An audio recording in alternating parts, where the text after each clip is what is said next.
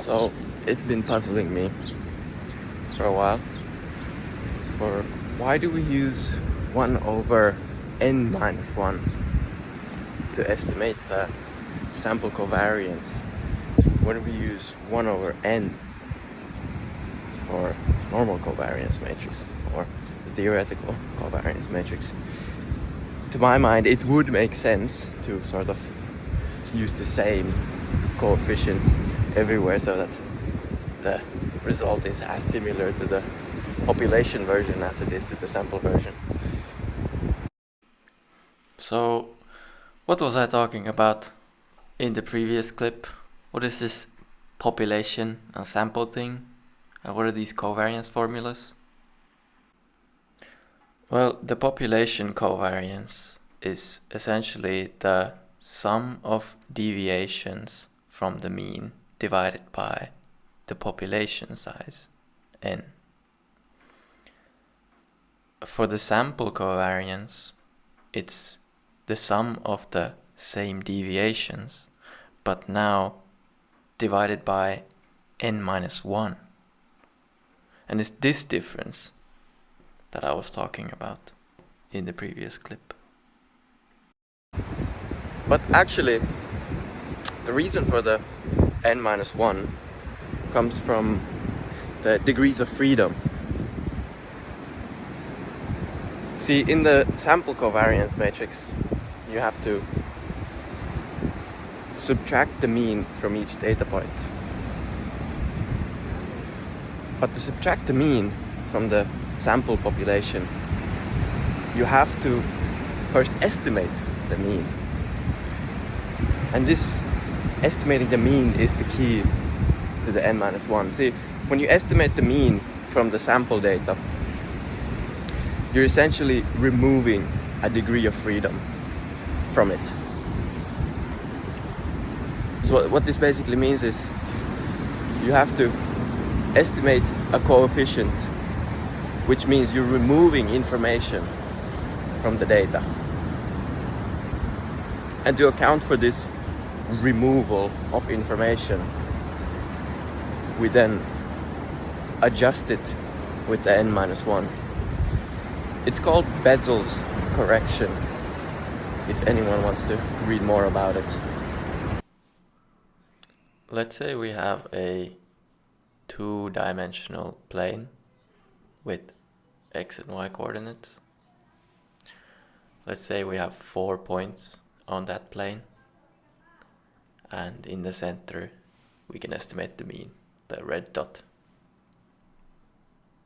The mean can also be represented as a vector to the center of the data points, and in the covariance formula the mean appears as the x and y bars in the deviations, and subtracting the deviations is equivalent to centering the data, which means we want the expected value of this expression to equal 0. But so what does it mean for the expected value to be 0 about the data points? Well, in the previous example, 3 to 4 data points, we can apply the linearity of the expected value and move the term with the 4th data point on the other side. And from this, we realize that the 4th data point is decided by the other 3, because it's a linear sum. This is sort of an information theoretic perspective, but the meaning of that 4th data point is somehow baked into the means.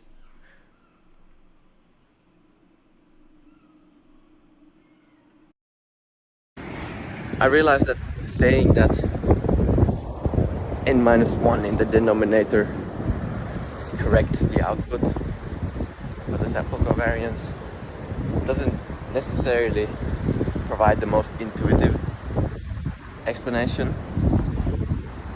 I'll show the proof, which definitively proves that it is the case. But I think there's an explanation that gives more intuitive understanding. And it comes from the fact that when you estimate the sample mean and then calculate the square deviations of each data point from that sample mean, they tend to be smaller than with the population mean. And this comes down to the fact that the sample mean that you estimate is typically closer to your actual data points. So you have to, in the denominator, you have to correct for this by adding the n-1 coefficient in there as well, which then corrects for the smaller square deviations and gives you an unbiased estimator of the true covariance matrix. So as promised, I'll go over the proof and the graphical representation. First the proof though. So in statistics, the definition of an unbiased estimator is that the expected value of the estimate is equal to the underlying value that it is capturing. Now as for the 1 over n sample covariance, we can see that it's unbiased by expanding the sums and then splitting the sums and doing some more algebra to find out that it evaluates to this monstrosity, which can be simplified into a much more manageable expression. And in turn we get this result with sigma squared and this coefficient n-1 over n. Now as for the n-1 sample covariance, I won't show all the steps, but the same principle can be applied to this proof as in the previous one. We get this expression where it's just sigma squared. So the conclusion from this is that the sample covariance while using 1 over n is biased due to this term, but using n-1 in the denominator is unbiased. Now for the graphical representation, which is a bit more intuitive in my opinion. Let's again have the two-dimensional grid with the standard normal distribution shown in the contour lines and the mean exactly in the origin. And let's sample these black data points, which are leaning towards the southeast of the grid.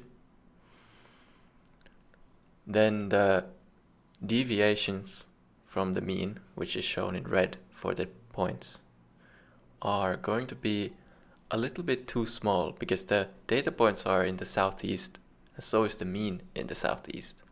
So it doesn't fully represent the underlying normal distribution.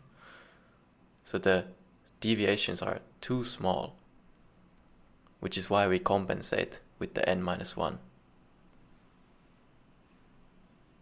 As you might have guessed from the name, it was invented by Friedrich Bessel in the 19th century. And I'll link to a blog post about it. That's all for now. Thank you.